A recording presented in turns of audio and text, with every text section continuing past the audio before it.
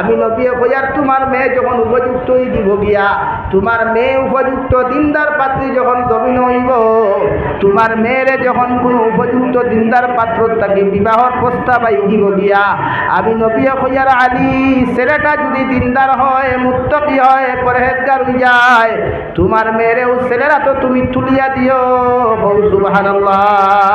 আর যদি তোমার ছেলে দিনদার হয়, মুত্তাকি পরহেজগার হয়ে যায়, তোমার ছেলের লগেও যদি ইলা কোনো দিনদার পাত্রীর সন্তান তুমি জমিন পাইলাও, মেয়েটা দলি না গরিব, খালা না দোলা, লম্বা না বাটি, ইতা চাইও না, মেয়েটা দিনদার নি মুত্তাকি নি, যদি মুত্তাকি পরহেজগার দিনদার হয়ে যায়,